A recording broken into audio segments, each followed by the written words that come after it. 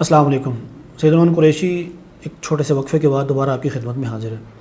عزیزان من، Olympics games کی تاریخ میں ارشد ندیم نے ریکارڈ قائم کرتے ہوئے پاکستان کو 40 سال بعد نہ صرف سونے کا تمغہ جتوایا بلکہ اولمپک کی 118 سالہ تاریخ کو بھی الٹ پلٹ کے رکھ دیا۔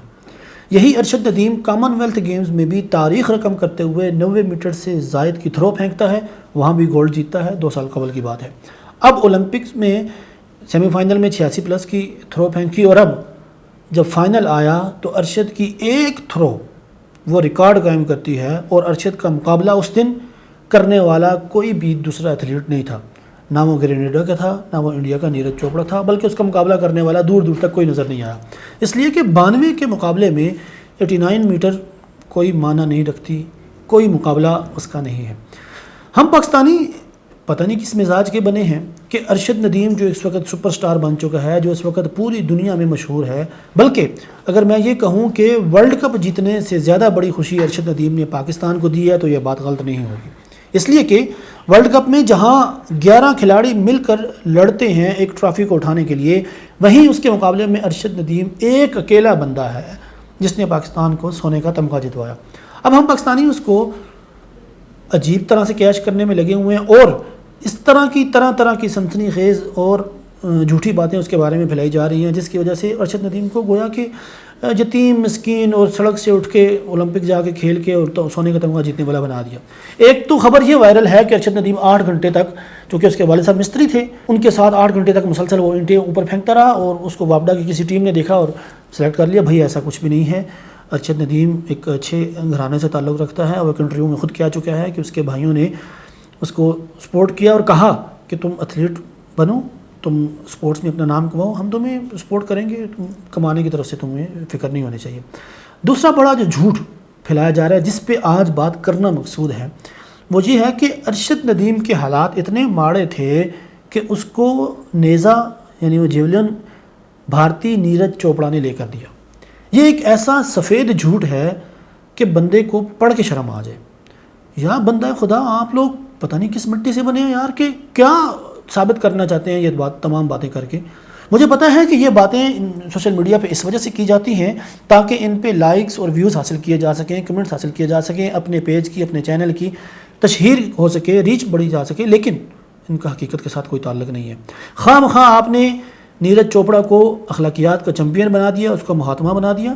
آپ یقین کریں، ہائی لائٹس دوبارہ اٹھا کے دیکھیں، ارشد نے جب وہ ریکارڈ ساز تھرو پھینکی 92 میٹر کی، اس کے بعد نیرج چوپڑا اس کے قریب بھی نہیں آیا، اس کو سلام تک نہیں کیا، اس کو مبارکباد نہیں دی، حتیٰ کہ جب میچ ختم ہوا، تیسرے نمبر پہ آنے والا گرینیڈا کا وہ پیٹر غالباً اس کا نام تھا، وہ اپنے ملک کا جھنڈا لپیٹے ہوئے آیا، وہ آ کے ارشد کو گلے ملتا ہے، ارشد کو مبارکباد دیتا ہے، نیرج چوپڑا قریب نہیں آیا۔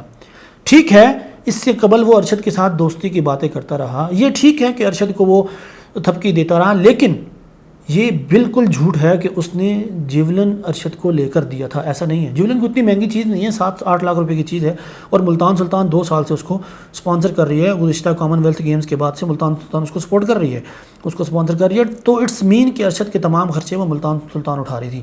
آپ دیکھیں نیرج چوپڑا، ہم یہ کہہ سکتے ہیں کہ بھائی فائنل کا پریشر تھا، چلیں میچ کے دوران وہ نہیں اس کو تھپکی دے سکتا تھا، اس کو مبارکباد دے سکتا تھا، لیکن میچ کے بعد تو کر دیتا۔ آپ مجھے ایک بیان نیرج چوپڑا کا دکھا دیں آج تک، ابھی تک، جس میں اس نے ارشد ندیم کو مبارکباد دی ہو۔ اس نے تو یہ کہا ہے کہ بھئی یہ تو مقابلہ ابھی چلے گا۔ کیوں؟ اس لیے کہ اس بندے کو حسد تھی، ہمیشہ ارشد نے اس سے مقابلہ کیا اور ہمیشہ ارشد ہارتا رہا، لیکن لازمی نہیں ہے کہ جو ہمیشہ ہارے وہ ہمیشہ ہی ہارتا رہے۔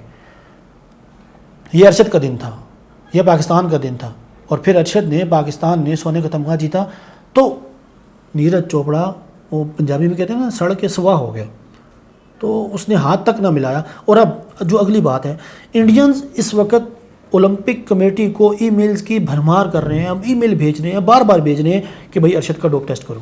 کیوں؟ اس لیے کہ ارشد نے جو سونے کا تمغہ جیتا، اس سونے کے تمغے کو انڈین برداشت نہیں کر رہے۔ آپ نے وہ اسپورٹس جاری چینل والا وہ سشانت مہتا دیکھا ہوگا، وہ جس کو میں کارٹون نیٹ ورک کہتا ہوں، یار اس بندے کو دیکھیں، تھرو پھینکنے سے کے بعد وہ ارشد کے چہرے پہ تاثرات کو اتنے گھٹیا الفاظ میں، انداز میں بیان کر رہا تھا، اور جیسے ہی جب انہوں نے تھرو پھینکی، آپ نیٹ پہ سرچ کر سکتے ہیں، انڈینز کے چہرے اتر گئے، اور اب دیکھیے گولڈ ہوتا ہے، سونے کا تمغہ ایک الگ ہی شان رکھتا ہے. پاکستان کے پاس اس پورے اولمپک مشن میں ایک سونے کا تمغہ ہے، لیکن پاکستان اس وقت بھی انڈیا سے 10 درجے آگے ہے. انڈیا 4-5 تمغے جیتنے کے باوجود، چونکہ سونے کا تمغہ نہیں ہے، پاکستان نے سونے کا تمغہ جیتا ہے، اس لیے انڈیا ہم سے نیچے ہے. ہمارا پرچم انڈیا سے اوپر ہے. ہماری وجہ سے اولمپکس ولیج میں پاکستان کا قومی ترانہ بجا، تو یہ انڈینز کو برداشت نہیں ہے. تو عزیزان من، نیرج چوپڑا کو خامخواہ کا اخلاقیات کا چیمپئن یا مہاتما مت بنائیں. اس نے ارشد ندیم کو کوئی مبارکباد نہیں دی، اس نے ارشد ندیم کو کوئی تھپکی نہیں دی. میچ کے بعد وہ آ کے ملا ہے، آپ دیکھیں 89 کی تھرو اس سے ہو گئی، اس کے بعد جب ارشد نے 92 کی پھینکی تو وہ کا زور لگا رہا تھا، لیکن نہیں ہو پائی اس سے. کیوں؟ اس کے بعد آپ دیکھیں وہ فاؤل پہ فاؤل کرتا جا رہا ہے، فاؤل پہ فاؤل کرتا جا رہا ہے. پریشر تھا، ارشد کی 92 والی تھرو کا پریشر تھا. آپ گرینیڈا کے لڑکے کو سلام کر سکتے ہیں، آپ باقیوں کو سپورٹس مین جو سپورٹس مین شپ ہوتی ہے آپ ان کو کریڈٹ دے سکتے ہیں، لیکن نیرج چوپڑا کے اندر وہ چیز نہیں تھی. تو خواہ ان تمام تر باتوں کے باوجود، انڈینز کے اس رویے کے باوجود، وہاں انڈیا میں ارشد کا ڈوپ ٹیسٹ کرو #، ٹویٹر پہ ٹرینڈ کر رہا تھا. یہ تمام تر باتیں ہمیں بتلاتی ہیں کہ بھائی انڈیا کے ساتھ ہمارا مقابلہ اب لمبا چلے گا. لہٰذا خواہ کا اخلاقیات کا چیمپئن یا مہاتما بنانے کی ہرگز کوشش نہیں کرنی چاہیے. ارشد اپنی محنت کے بل بوتے پہ جیتا ہے، اس میں اس کی تکنیک کا کمال ہے. ٹھیک ہے، ہم پاکستانیوں کی دعائیں اس کے ساتھ تھیں، اس کی والدین کی دعائیں اس کے ساتھ تھیں، لیکن اس کی اپنی تکنیک بھی تھی.